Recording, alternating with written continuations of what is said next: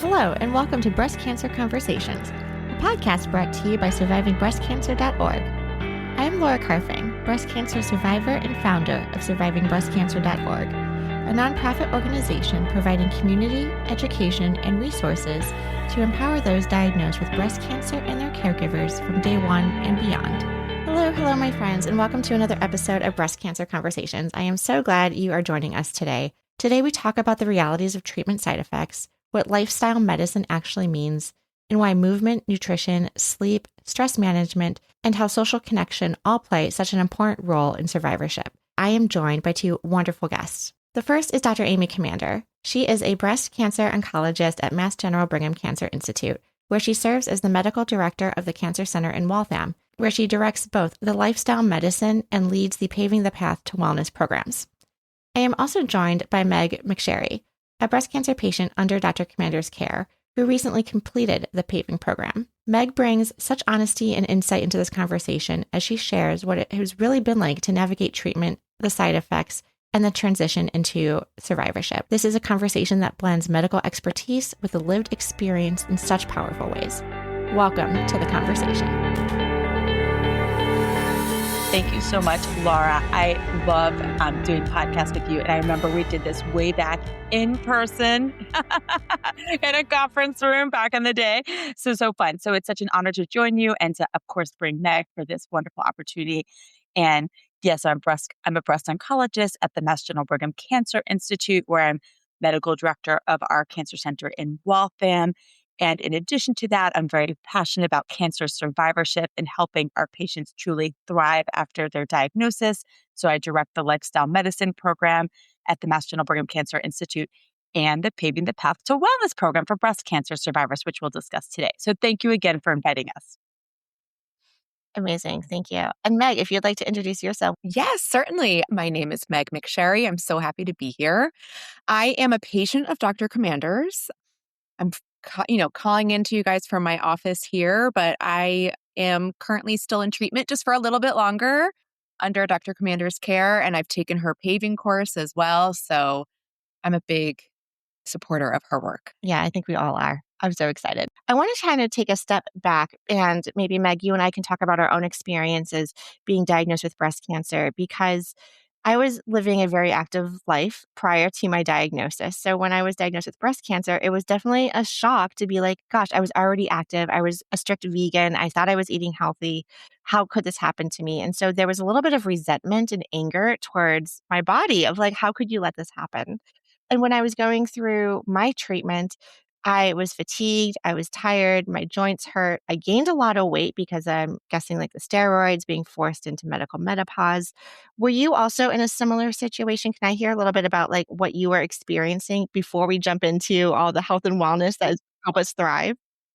Absolutely. I mean, I share what I think you're describing as shock it sounds like when you were diagnosed. So I would describe myself pre-diagnosis as like a normal, typical woman who was fairly, good with her nutrition and active and, managed stress and sleep pretty well. And I had no history of breast cancer in my family, and I got my routine mammograms, and yet I was diagnosed 2 days after I turned 43. Out of the blue, out of nowhere, with pretty significant breast cancer, which I'm sure Dr. Comander can talk about. And I was thrown very quickly into treatment, and it brought me to my knees, like you said. I had all the side effects. My chemotherapy was brutal, and it was a really dark, trying time for me. And I'm still, trying to reconcile how did this happen? And I can appreciate your sense of anger. There was a moment where I felt like my body betrayed me. Like I was doing the right things, I thought, and how could this still happen? And so, yeah, I've accepted that it did, but that's a process for sure. Dr. Comander, can I turn things over to you? Can you help shed light and explain to us why these changes and symptoms from weight gain to tiredness and fatigue and joint pain are actually taking place in response to the treatments that we're on? Yes, of course. And I just want to thank Meg for bravely sharing her perspective with us today. As we were discussing right before we came on, we know there are many different types of breast cancer. And obviously, treatments are now very personalized based on the subtype of breast cancer that an individual has. And Meg, if it's okay if I share, Meg noted she went through brutal chemo, which she did because she has a HER2 positive cancer. And so she received an aggressive regimen called TCHP, which are four drugs. The stands for Taxotere, the C is carboplatin, H is Herceptin, P is Perjeta or pertuzumab. And no matter what a doctor says, I mean, I did say, this is a really hard regimen. I just want you to know we're not to take it one step at a time. Like, it is such a hard regimen. The chemo is hard.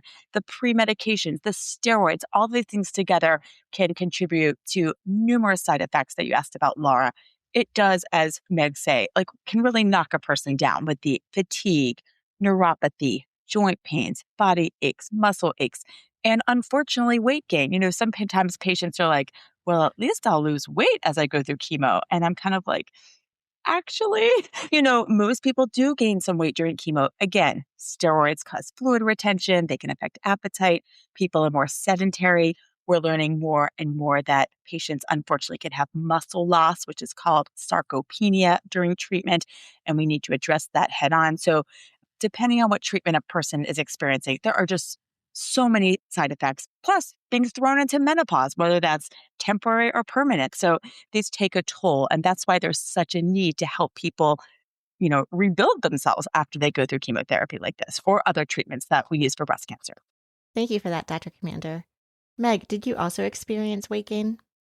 Yes, I definitely experienced weight gain. I also was on steroids, which literally I just could see myself blow up every 3 weeks when I took those.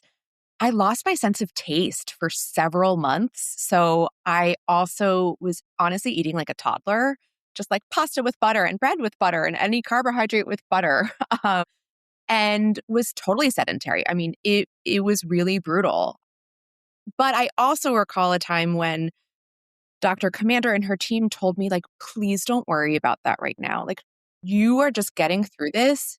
You do not need to worry about nutrition right now. You kind of just need to survive and get food in you. Like, the rest will come. And that made me feel a lot better because I felt like I need to do all the things right now, right? Like, I'm having chemo and I need to do this and I need to also like maintain my family life and my business life and I should eat well and if I can move but I couldn't. Like, my body was not able to do, keep nutrition at top of mind or movement at top of mind at that moment. And Dr. Commander was like, that will come. Right now, let's just get through. I really appreciate giving yourself that permission and that grace to get through.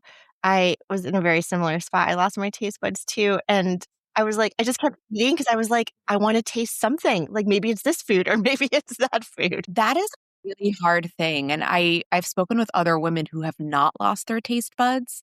That, you mentioned, Laura, it added insult to injury. For me, that was a big one because there was just so little joy. If you can't even taste your coffee in the morning, that's hard. It sounds silly, but it's really hard. I had this joke that I suffered really dramatic hot flashes. And I was like, if I'm sweating this much, can it at least count as a workout? It did not. Sadly, no. Dr. Commander, how do you advise your patients? It sounds like you have a lot of empathy for what we are going through. Well, when they're going through treatment, as Meg would attest, I was really encouraging her to take care of herself. And as she noted, be kind to herself. The concept of self-compassion, which really was brought forward by the psychologist, Kristen Neff, who I've read her books, and I feel like it's really helped me as a doctor to counsel my patients. Be kind to yourself like you would be to a friend who's going through the same thing. It's okay if your diet's not perfect while you're going through treatment, or if you're not exercising perfectly. Like, none of us can be perfect when we're going through a hard time. But I do want to say, and we probably talked about this, although it's so hard for patients to wrap their head around it, ASCO, the American Society of Clinical Oncology, does actually recommend, and I welcome both of your thoughts about this, that patients going through active treatment for cancer with curative intent should be counseled to exercise during treatment. And really the goal, again, this kind of overwhelming number of 150 minutes of moderate aerobic activity each week. Like, I think that's really hard for people, and I welcome your thoughts to like wrap their head around that. But, studies do show if you can have some level of activity, and I'm not saying running or doing anything crazy, like walking or just kind of, walking around your living room, going to the mailbox, whatever, that can help patients tolerate treatment better, minimize toxicity. I'm curious if you want to comment on that. If either of you, I know Meg, you just went through this, but like, I know there were some days you're like, that's not happening, but maybe there were days that you could do it. Do you think it helped you? As you know, Dr. Commander, like for every infusion I had of my TCHP chemo, it really was like an 11-day recovery for me where I was out of commission. But I do recall walking throughout my living room and or really my house has like a circular floor plan. So I would very slowly with a friend or my child, or like we would walk circles around the house like every hour. And there were times where I had to like cling to the furniture. So I would like take a few steps, put my hand on the chair. Like it was really rough, but as silly as it sounds, just mentally that even felt like an accomplishment. And I think physically there were benefits too, but anything, and on days where I could do more, I did more. But going back to kind of giving yourself grace and compassion, when I could move my body, I did. And when I couldn't, I told myself that I would feel better one day and then I would. I would agree that 150 minutes sounds very overwhelming. I barely could do that without a breast cancer diagnosis and treatment. And even in survivorship, I now literally have a calendar of trying to mark my 30 minutes a day, 5 days a week type of thing, incorporating weight training. It's challenging. So, Dr. Commander, how did you actually get into lifestyle medicine? How did I get into this? I'll be honest, from people like both of you. Okay. Like picture me like early in my career seeing patients. I joined Mass General in 2011. Okay. And I was in Boston at that time seeing patients. And both of you, imagine you in my clinic and you're like, Dr. Commander, chemo like knocked me down. What should I be doing now in terms of exercise? Like, what do I do? And what kind of diet should I follow? And I gained 10 pounds during chemo. How do I get this off? I can't sleep. My hot flashes are horrible. Like, I still have neuropathy. What do I do? So my patients would ask all these questions. And I, was obviously been through a lot of medical training to get to where I am. And I did my best to address their concerns. But I always felt like, did I really have all the right evidence-based answers to help my patients truly move forward after this brutal treatment they just went through? And literally, I happened one day to see a flyer for a lifestyle medicine conference sponsored by Harvard Medical School and the Institute of Lifestyle Medicine. And it was like down the street from MGH on a Friday. And I'm like, I think I'll go to that just because, I'm a runner and I love all that kind of health and wellness stuff. And that's honestly why I went to the conference. And when I went there, by the way, I had no idea what lifestyle medicine was. And by the way, a lot of people still don't understand what that term means. So we should define it. But I went to the conference where I learned about lifestyle medicine, which is a medical specialty that uses, explores the role of evidence-based lifestyle interventions to treat and prevent chronic diseases. And as I think about it for cancer survivorship, how can we help individuals with a history of cancer certainly improve their health, well-being, and outcome after their cancer diagnosis, and also reduce risk of other chronic diseases, heart disease, type 2 diabetes, etc. So lifestyle medicine really focuses on 6 key pillars. And I have my little book here because there's pretty graphics in color.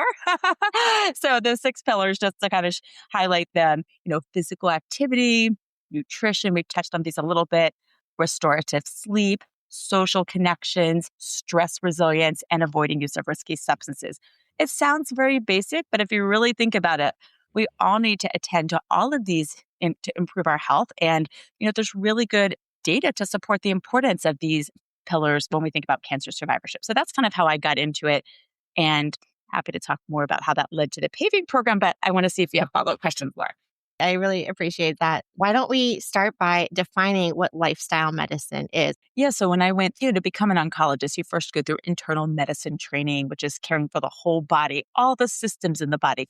So I do feel like my medical training taught me to think about the whole person, every system, and how they're integrated for us to exist, which is so fascinating. And then you get into oncology, which is so specific. But unfortunately, although my training was amazing, like learning a lot about exercise nutrition for the cancer patient was not really a key component of my training. But there was a lot of other stuff to learn, so I will acknowledge that. But anyway, yes, thinking about the concept of the whole person, that is absolutely what every doctor and healthcare provider should be doing when caring for a patient. That's sort of where lifestyle medicine does come in by focusing on these 6 pillars. Like, of course, when I see a patient like Meg, I'm thinking about how she's doing in terms of all the important aspects of her cancer, monitoring for any signs of toxicity from her treatments. Is she up to date with all of her testing and screening? Is there any concern for disease recurrence? All the things that we have to monitor in every clinic visit. But also now I'm like, how are you doing in terms of exercise? Tell me about your diet. How are you sleeping at night? Thinking about, in some patients, the menopausal symptoms they may be experiencing. So there's like a lot going on, right? And there's not always a lot of time in our clinic visits, which is why programs like PAVING are so necessary. And then you asked about social connection, which is one of the pillars of lifestyle medicine. And I will fully acknowledge when I first started doing this work and learning about lifestyle medicine, I was like, yeah, social connection. Yeah, that's an important one. Oh my goodness. It may be actually the most important pillar of lifestyle medicine, in my opinion. And it's not just my opinion, by the way. Like, lots of research does support this. In fact, a really interesting study is called the Harvard Study of Adult Development, which is the longest longitudinal study, I want to say, at least in modern times. Okay. So in this study, the researchers started following men at Harvard and in Boston, from age 18, until their 80s and 90s, and really doing surveys every few years to understand what factors contributed to their health and well-being as they got older. And the number one factor that contributed to, feeling happy and feeling well and optimal health for these people as they got older, it wasn't how much money they had. It wasn't how many yachts they had. It was actually their social connections. How many people could they really count on in terms of their relationships, family, friends, work colleagues? So social connections, investing in that, which is what, Laura, you do so well through your organization, is honestly maybe the most important pillar of lifestyle medicine, in my opinion.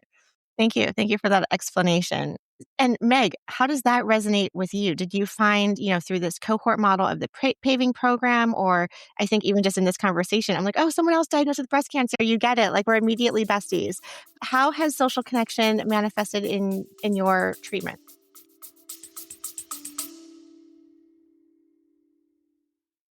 I want to take a quick moment and tell you something I'm really excited about. You can now download the survivingbreastcancer.org app directly from the App Store or Google Play. Just search for survivingbreastcancer.org. It is completely free to download, and inside you will have access to all of our support groups, educational programs and webinars, all of our blog content and articles, podcast episodes, and community features to connect with others who understand what you're going through. Everything in one place, because navigating breast cancer shouldn't require 15 open browser tabs. Download the app today. I love this topic. I, first of all, feel like social connection while I was actively in treatment was one of my lifelines, to be honest with you. And it was both from just people in my community who were not going through this, but when I started to meet women who were also in treatment or had gone through treatment, I felt like really seen, right? Like, I look at you, Laura, through the screen. I've never spoken to you or met you, but I just can look at you and I feel like you can look at me and like, I get you and you get me. We've experienced something, even though it was probably different, we've still experienced something that was like terrifying, difficult, we still think about and maybe worry about, and that's a unique experience. So during my treatment, it was really helpful. I did Dr. Commander's paving course towards the end of some of my treatment. And again, I met women of like all ages, different types of breast cancer and different treatments. And even though we hadn't walked the exact same path, there was an understanding, like a baseline of understanding a huge experience that we've had. And now I'm curious because I don't know how long, how far out you are, Laura, from your cancer, but I still have some immunotherapy left, so I'm still a little bit in it. And I'm curious how now community is going to help me. Like, as I really step into survivorship and a new part of my life of having had cancer, I'm excited to see how community plays a part in that. And I don't have that answer yet, frankly. Well, we'll have to invite you back so we can get these get these milestones, because I'm curious to see how it evolves. But Yeah. to answer your question, at the time of this recording, I'm really excited. I'm approaching my 9 years anniversary in the fall, which is Oh very my exciting. goodness. Which also means that because I was hormonal positive, I also reached the milestone of stopping and completing my treatment with endocrine therapy, which when my doctors were telling me that I'm going to be on some of these aromatase inhibitors or tamoxifen for 5 to 10 years, and then the guidelines changed, I was a candidate to stop after 8. I was like, I don't even know what I'm doing tomorrow. How can I plan these next couple of years, these decades, et cetera? And so I hope it gives hope to our listeners and to people like you, Meg, on the screen to say, yes, we're approaching our 9 year anniversary. We'll get to the 10-year mile marker, et cetera. But it is something that I think about every day because the fear of recurrence is real. Nutrition, I think, is probably the hardest pillar for me. So how do we balance like the sugar without being so extreme, but then also knowing that, 80, is there like that rule that 80% of the time I'm being pretty healthy, but 20% I'm definitely going to splurge? Such important questions. And that's why I actually I was flipping through my book to get to the nutrition chapter, which by the way is probably the longest chapter in this book because I think as you're stating, first of all you need to do is go on Instagram. I don't really go on TikTok, but anything on social media, and you're as bombarded with all this advice as a cancer patient. And I get it as an oncologist for nutrition. And sometimes I'm like, oh my God. And sometimes it really upsets me. And I'm like, because I just want to argue with the person. And then I'm like, just put the food away. See, we have to all talk to ourselves about social media. It's ridiulous. But nutrition is a challenging one. And actually, as I pull up my little chapter here, I love the first quote I put. I love the quotes in the book, by the way. I put all my favorite quotes in here. But this is a great one, Laura, that I talk to my patients about, certainly in paving. Meg, I don't know if I use it in clinic, but maybe I should. It's from the author Michael Pollan. Eat food, not too much, mostly plants. So I feel like that's just such a simple way to think about nutrition. And we can break it down, eat food. Please just eat some real food, not the ultra processed, whatever that's out there. But hey, once in a while, if you need to have a granola bar or something that's got 20 ingredients in it, because that's all you have, don't be getting back to that self compassion piece. Don't be so hard on yourself. But in general, we should aim to eat real food. I've heard some people say, if your grandmother would recognize what that is, you should eat it. So I love that. And then not too much. I mean, we all know we need to just be mindful of portion control. And certainly when you go out to a restaurant, certainly in Boston, if you go to the Cheesecake Factory, you're going to get a huge whatever you order. So being mindful of that. And sometimes if it's a special occasion, that might be one thing, but just obviously be thoughtful about that. And then mostly plants. And I know, Laura, you mentioned you were previously vegan. I mean, I don't tell people they need to be completely plant-based like you were once were yourself, but thinking about your plate. And we do have a figure somewhere in this chapter. I can find it, but I love it. It's the Harvard Healthy Eating Plate from the Harvard School of Public Health. And it's such a basic figure that I think helps explain nutrition so well since there's so much noise out there. Half of your plate should be fruits and vegetables. A quarter of the plate, some type of whole grain, quinoa, brown rice, whole wheat pasta. Okay, occasionally maybe the, white rice, but whatever. Usually a whole grain is best for us. And then some quarter of the plate, some type of protein. And maybe that's a plant-based protein like lentils or beans or tofu, or maybe that's chicken or fish and limiting red meat. So I love that concept of the Harvard Healthy Eating Plate because I think it makes nutrition a very complicated, overwhelming topic a little bit more understandable. And in this chapter, I really did try my best to kind of go through all those key recommendations, also bust a lot of myths that are out there and that was really the goal. So, but definitely we could talk for an hour about nutrition. Meg, has your diet changed as you're entering survivorship now and having gone through the paving program? Oh my goodness, yes. I took the paving course and the nutrition, and I'm sure Dr. Comander, she might say this happens every time. The nutrition conversation when we got to that point was everybody was just staring, clawing onto their laptops, tell us everything. And honestly, I'm so glad Dr. Comander mentioned that image or the graphic of the plate because really that has changed everything for me. It's made it so much simpler when I think about my meals. I truly tell everybody, I'm like, just take your plate, half of it fruits and veg. and then split the other half protein grain. It has made things feel less complicated and overwhelming for me.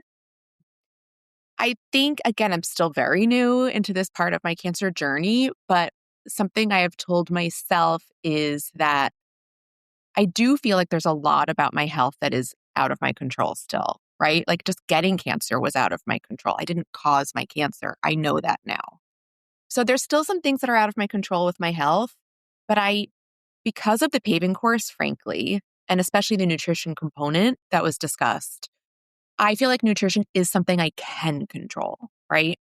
I can control what I put inside my body, right? I can choose those foods. So for the most part, I am making decisions that I have learned will only help my health and my chances of recurrence. And that is something that has made me feel like I do have some control over my health, right? And I think nutrition, looking at it this way, which is new for me, has changed everything for me. And yes, I still have ice cream if I want it and my kids are having it. Like, I'm not going to not do that. But my plate, for the most part, is going to be like what Dr. Comander is saying. It's changed the game for me. It really has, that this course in terms of the nutrition, because we can do it. It's not actually that hard or complicated. One fun way to think about the nutrition piece, and I did put this in the book too, with a fun figure that you can check off the boxes, is thinking about, we talk all about protein and how much protein, how we're getting our protein, but think about your fiber. Okay, guys. So more and more research is demonstrating, I like to say, I know it's kind of silly, but fiber is your friend. Okay. Like more and more research is truly demonstrating the importance of a healthy and diverse gut microbiome. And there's all these probiotics and supplements being thrown at me on my social media. Guess what? The best way to achieve a healthy, diverse gut microbiome is not buying that fancy, expensive supplement and social media, but eating at least 30 types of fruits, vegetables, spices, herbs, those count too, nuts and seeds each week. Okay. So you can and if you make a really big salad for lunch and throw a lot of things in there, maybe put some sunflower seeds on top and maybe a little quinoa in there, you might be at 12 or 13 or 14 or 15 veggies and all the other things in that category. So these are absolutely important. And it's so important, certainly for people with a history of cancer, people going through treatment. I mean, this is really, I shout out my friend, Dr. Urvi Shah, who, by the way, would be a great guest, Laura. She's doing really interesting research in this area, particularly hematologic malignancies, but more and more research is demonstrating that gut microbiome really is what helps develop our immune system to be active and work efficiently. And that is so important when we're thinking about cancer and cancer survivorship. So get in 30, again, fruits, vegetables, nuts, seeds, herbs, cilantro counts. Okay. So just think about. Thank you. And I cannot get off of the nutrition topic. One of the, I guess, hacks that I started doing at the grocery store is literally, so I don't have to think too much about what salad or, green I want to pick up. I literally started going down the aisle, and each week it's like, let me choose the next one in the row so I can try different types of cabbages or different types of lettuce, things that I wouldn't normally pick out. But I got into this habit. I'm like, okay, this is where I left off last week. This is the next one that goes in the cart. So that's actually adding different options for my salad. I'm trying new things. There's definitely ones I don't like and I won't go back to. But, that's just like another game that I'm playing in the grocery store while I'm walking around the perimeter. So I feel like everyone these days are tracking their sleep. So let me turn things over to you, Dr. Comander, about the importance of sleep. Yes, thank you so much. I'm flipping through to get to the sleep chapter. It's such an important topic. And I would say another area, that we as a medical community are learning more and more about, why do we sleep in the first place and how can we help people improve their sleep? And I will say that, unfortunately, when we think about people going through cancer treatment or cancer survivors or people living with cancer, sleep disturbance, insomnia is highly prevalent. Statistics will state 50 to 70% of individuals have sleep disturbance, whether, again, there's various factors that can be affecting their sleep. And we know that sleep is so important for our optimal health. Many guidelines will suggest for folks that they really need to achieve at least 7 to 9 hours of sleep. There may be some differences for some individuals, but that's just the general ballpark. And that's really hard for a lot of the reasons you outlined, Laura. So I do have my little Aura ring. I got it for myself, actually, mostly for sleep.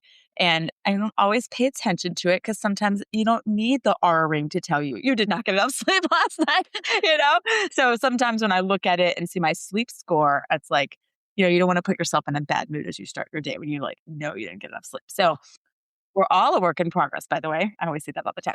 So one really interesting strategy, again, obviously an individual who's not sleeping well, who maybe, if their partner's saying you're snoring a lot, like always ruling out sleep apnea is very important.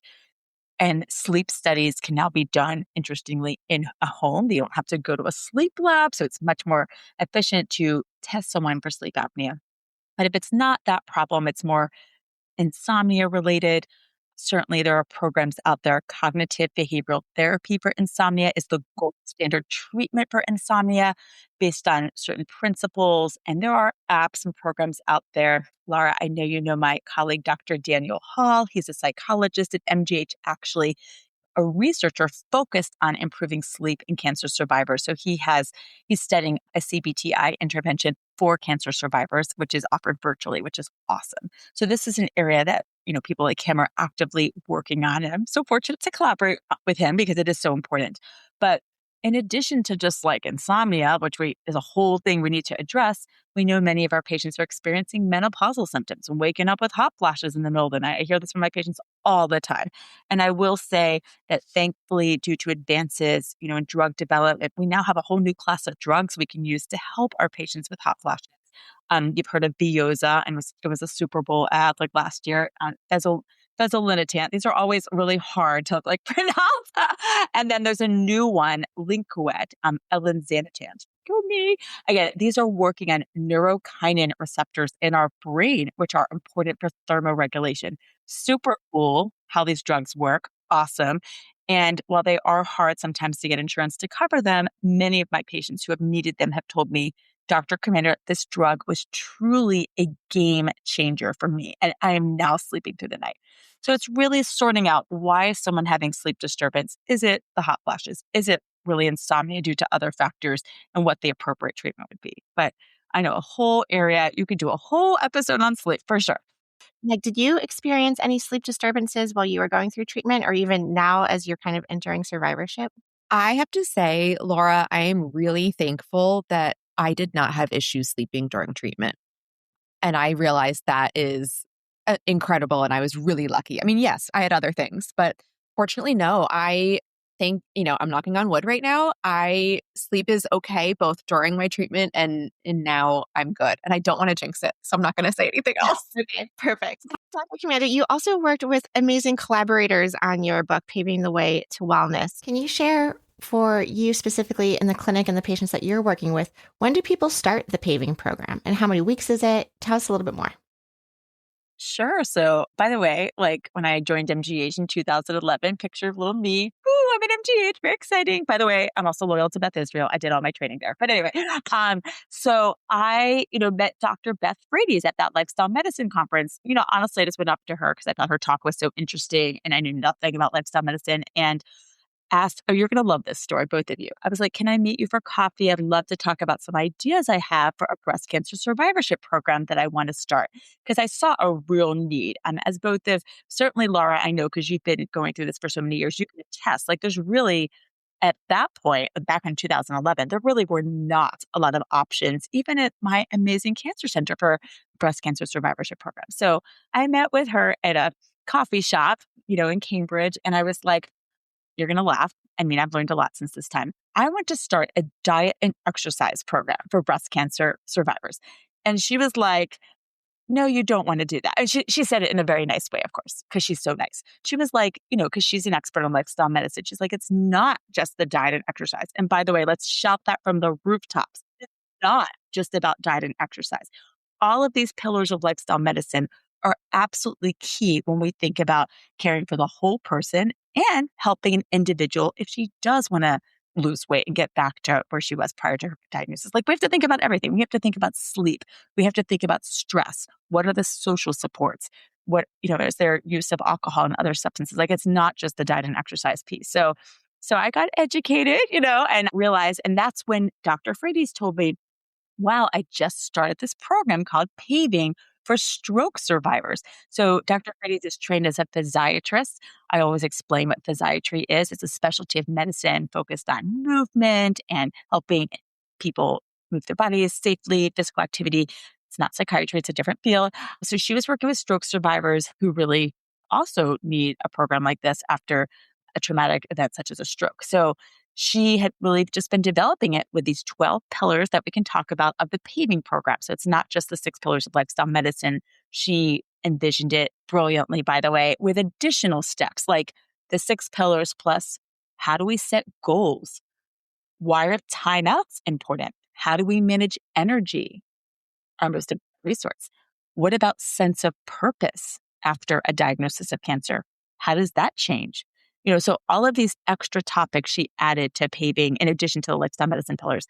And so we began a collaboration back then about developing the program and adapting it for breast cancer survivorship. So honestly, that's how it started. Just having coffee, talking about it. It obviously took me a few years to get it going just because of life, and my job changed around a little bit. I transitioned my role to lead the breast program at the Mass General Cancer Center at Newton Wellesley. That was a big thing for me. So I did start the program back in 2019 at Newton Wellesley when I was there at a little conference room in person. It was amazing, by the way. The women who participated in person has so many benefits, as we all can attest. We talked about social connection earlier, but they all bonded. In fact, they're still like this. They're close friends. They call themselves the originals. They meet on Zoom now twice a month. And they're actually featured in this book in one of the first chapters because they're just amazing. I'm still very close with all of them. So they gave me the confidence. By the way, I was not confident about launching this program. Like, I'm a doctor who is trained to see people like Meg one-on-one in an exam room, take care of you, get you through your treatment. But like leading a group visit on these topics, hearing people's very personal stories and challenges with all of the topics that we take a deep dive into. Like, for me, that was a significant learning curve. I'll just say that.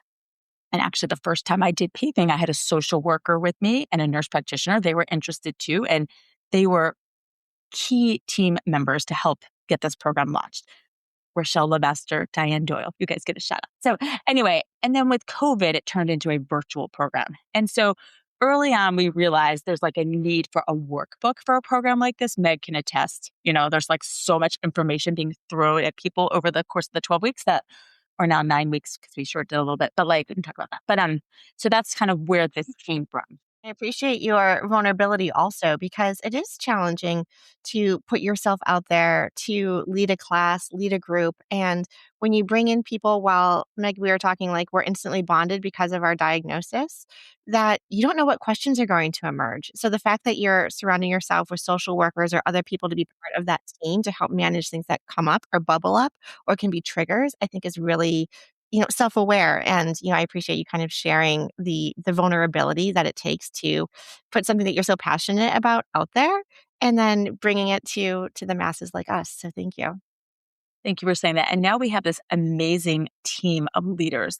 I feel so fortunate, not to be braggy. I feel like I work with the best people ever. And they're all here in a cute collage at the end of the book. But we now have right now 3 paving groups going at the same time in the universe.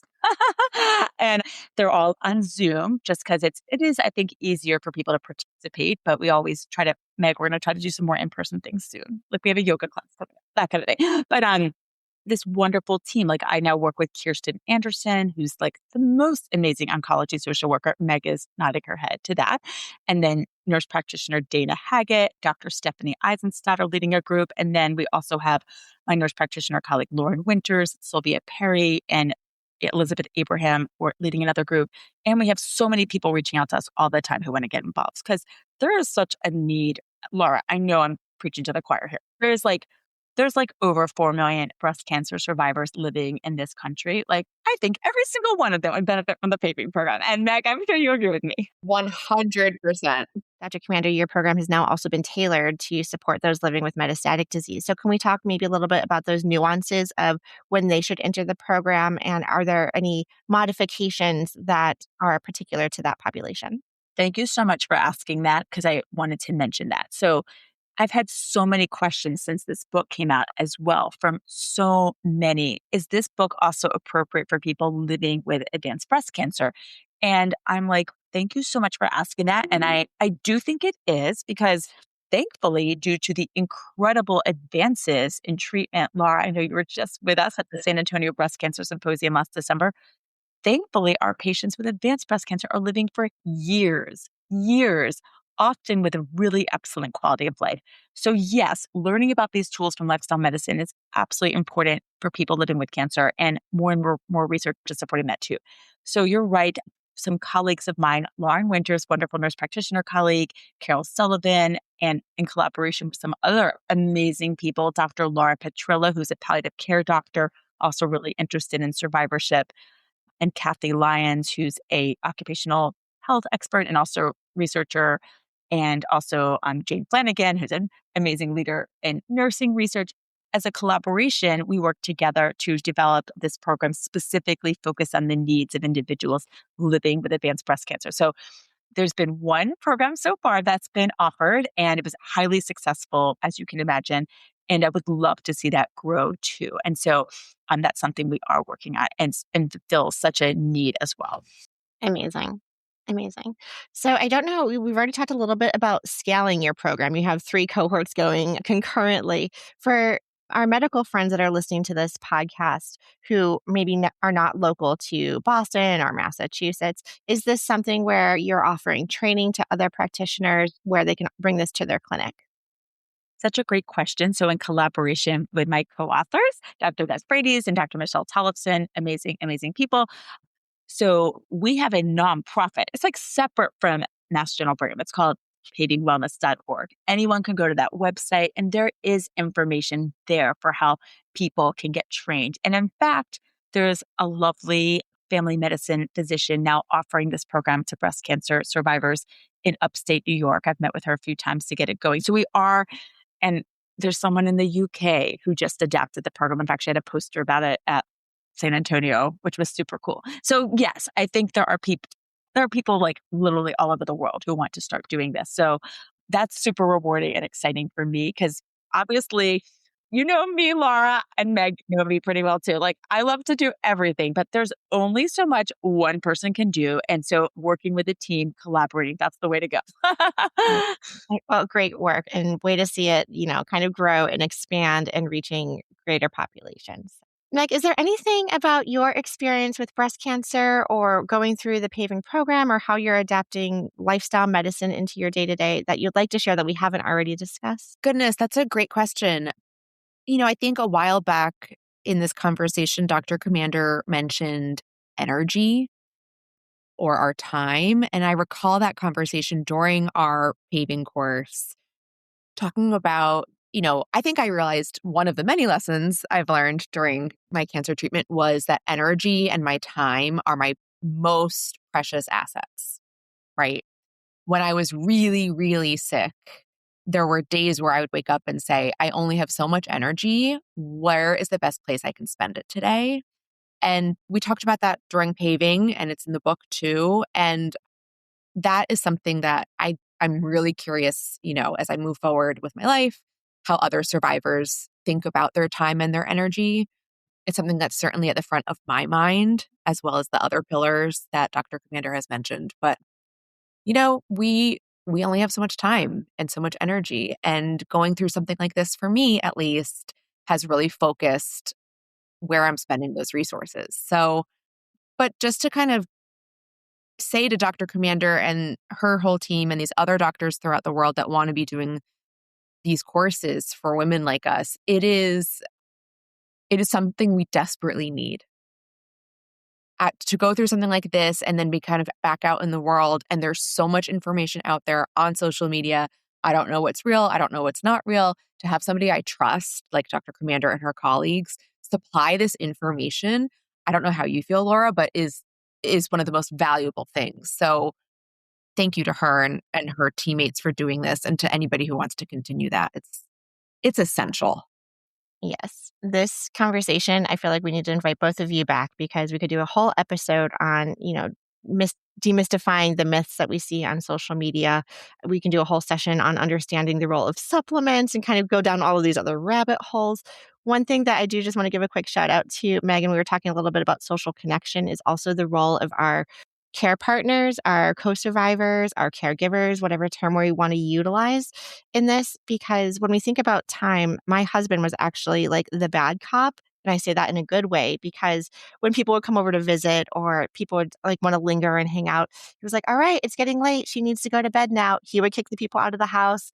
He was the one taking the phone calls, updating the family on all of my treatment and updates, because I get exhausted just trying to give every single member of the family like an update. And also the trauma it had on me to constantly be repeating what I was going through was also really challenging. So, the role that kind of our support system plays and how they can help us manage our time, I thought was really critical.